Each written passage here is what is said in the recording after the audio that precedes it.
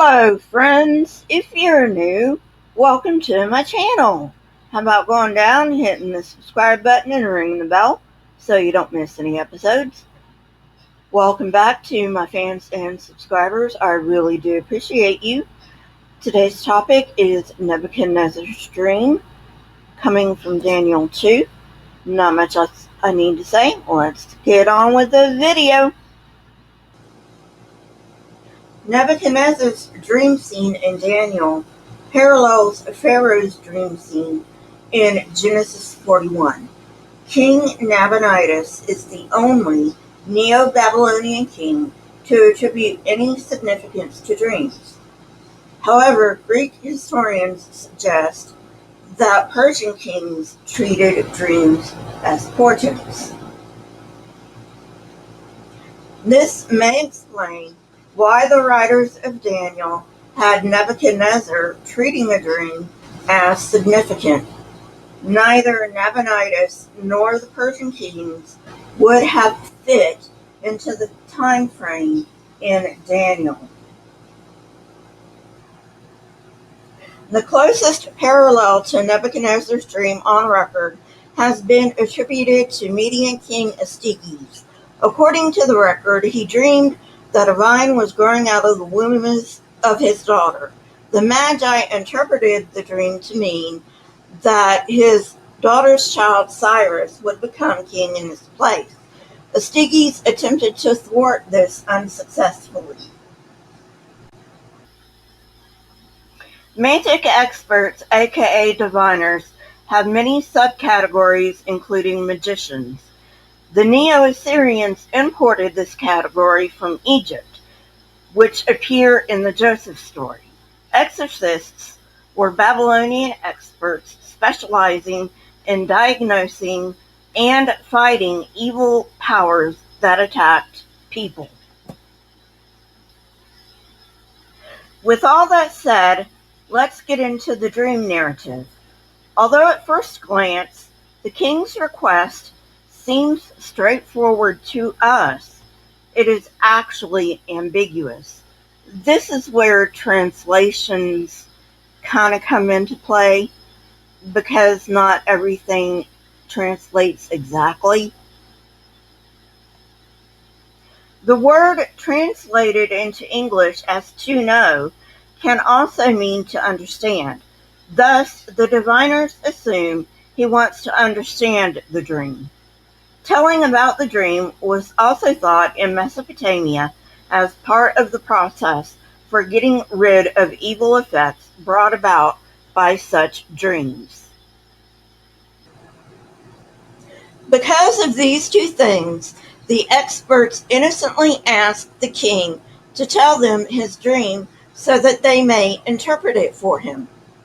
Interestingly, it is at this point in the story where the narrative changes languages from Hebrew to Aramaic.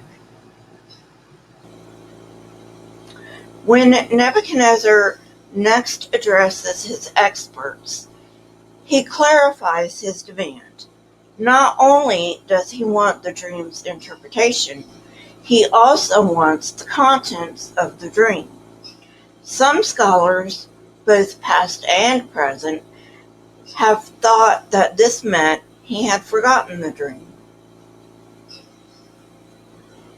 However, it is far more likely that this demand demonstrates the balance of power and knowledge between the king and his advisors.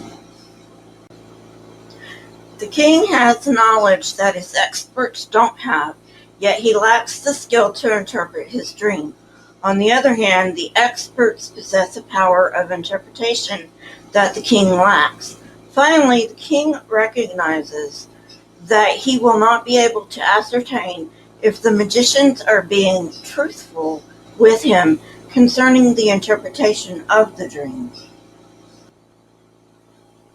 Nebuchadnezzar uses both his knowledge of the contents of his dream and his power to punish or reward to establish a test that he thinks will be able to answer the question of whether or not he can trust his advisors. The king's anxiety about his dream can be seen in the way he reacts to his experts.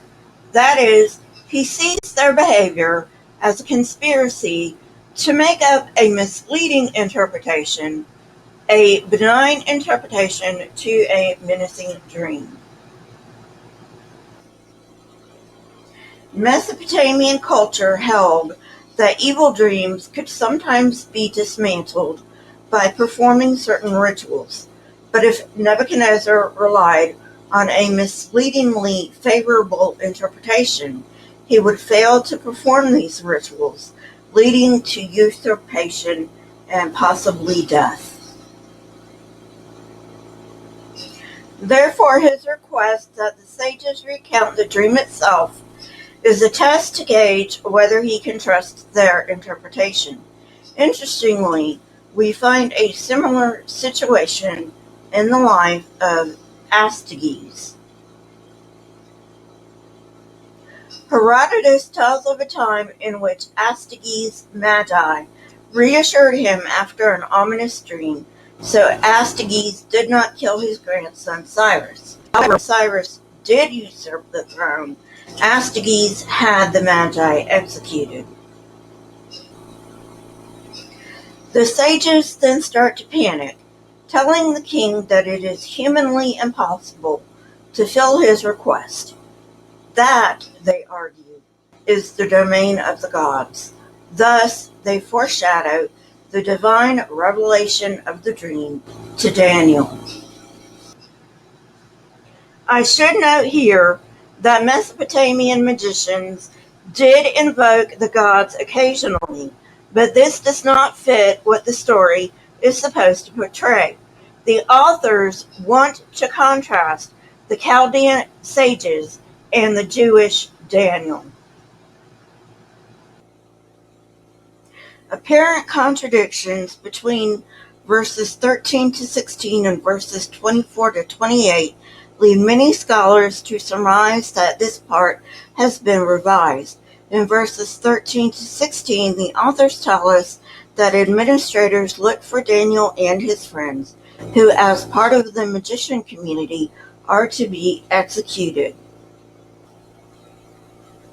Daniel himself asks for an audience with the king, which suggests that he had access to the court. Verses 24 to 25 contradict the previous verses. In this scene, Daniel seeks out Arioch, who is the person that introduces him to the king, which suggests that Daniel is neither a sage or known to the king previous to this. The narrative makes sense without verses 13 to 23, so scholars believe these may have been written to adapt an older narrative to the present incarnation, incorporating Daniel's three friends. This edition also presents Jews as already part of a prestigious class. Arioch reminds us of the officials who helped Daniel in chapter 1, and in both instances, Daniel's skill at diplomacy averts disaster. In verses 13 to 16, Daniel approaches the king without an invitation, yet in verses 24 and 25, Daniel approaches Arioch, who takes him to the king. We find a linguistic clue of when this was written in verses 17 to 19. The word translated as mystery is raz, a Persian loanword to Hebrew and Aramaic during the Second Temple period. Thus, it is impossible to interpret this as being in the time of Nebuchadnezzar. Verse 27 serves to highlight Daniel's narration and interpretation of the dream, but it also serves to clear the sages of any accusation that they were participating in a conspiracy. In verse 28, we learn that there is a stark difference between Daniel's knowledge and the sage's knowledge. Daniel is able to interpret the dream because the God of heaven intended to give revelation to the king. Verses 29 to 30 are either doublets or a redaction. Why did the author make Nebuchadnezzar the receiver of this revelation? Ultimately, this narrative represents an attempt to get around the cognitive dissonance generated by the belief in the sovereign God of Israel and the fact of Gentile sovereignty on the earth. Attempting a resolution to this enigma had occupied prophetic and historical literature for centuries. Generally, the prophets identified foreign monarchs as chosen by Yahweh for specific purposes.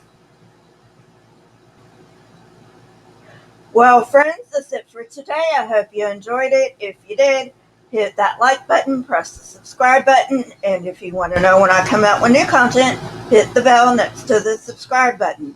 My Twitter, Discord, email, and PayPal links are in the description, along with the source that I used for this episode.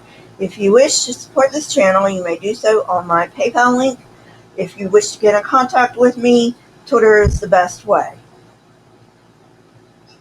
Also, if you would, please leave comments in the comment section. Not only do I love hearing from you, but it also triggers the YouTube algorithm. Keep learning and searching for truth. Here are a few videos from my library. If you have not watched them yet, go ahead and watch them and tell me what you think. Until next time, friends, stay safe and goodbye.